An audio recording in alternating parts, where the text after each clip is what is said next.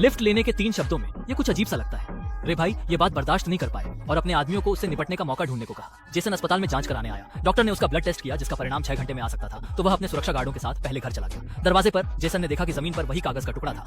उस पर लिखा था उठाओ। जैसे ही जेसन झुकने लगा, गोलियों की बारिश शुरू हो गई। उसके 2 आदमी वहीं पर ढेर हो गए। संकट के समय कैसीनो का मोटा आदमी अचानक प्रकट हुआ। उसने भारी हथियारों से रे भाई के आदमियों को पीछे हटने पर मजबूर कर दिया और फिर गाड़ी लेकर जेसन को यहाँ से ले गया। रे भाई ने यह सब सुनकर विश्वास नहीं किया, क्योंकि आंखों वाला आदमी एक पेशेवर शूटर था और उसने कभी गलती नहीं की थी।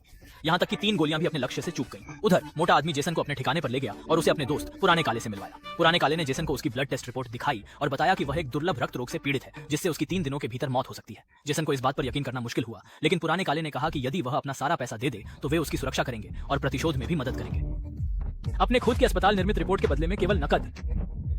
मुझे यकीन नहीं।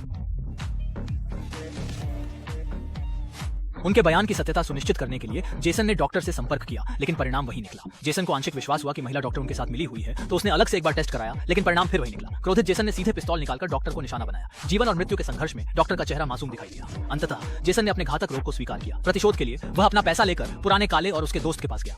पुराने काले ने योजना शुरू की। हालांकि जेसन इस पर विश्वास करने के लिए तैयार नहीं था, लेकिन अब उसे उनका भरोसा करना पड़ा। इसके विपरीत ये दोनों उसके पैसे को ऊंचे दर पर उधार देने में इस्तेमाल कर रहे थे और उसे काम करने के लिए मजबूर कर रहे थे। सबसे अपमानजनक बात यह थी कि जेसन ने पूरे दिन दूसरों की मदद करने में लगाया। उसने अपना सारा पैसा दूसरे लोगों की मदद करने में लगा दिया, जबकि उसके दुश्मन सुख सुविधा में मस्त थे।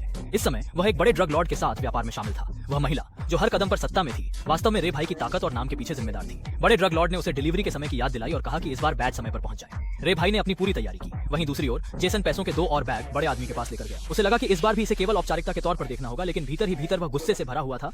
वह यह नहीं जानता था कि दोनों बड़े आदमी सही मौके की तलाश में थे। अब की बार उनका असली लक्ष्य रे भाई की तिजोरी थी। उन्होंने एक शक्तिशाली ट्रक लाकर दीवार पर बड़ा छेद बनाया और लोहे की चेन से तिजोरी को जकड़कर अपने ट्रक के साथ खींचने की योजना बनाई। अंत में उन्होंने गैस पैडल पर जोर देकर तिजोरी खींच ली।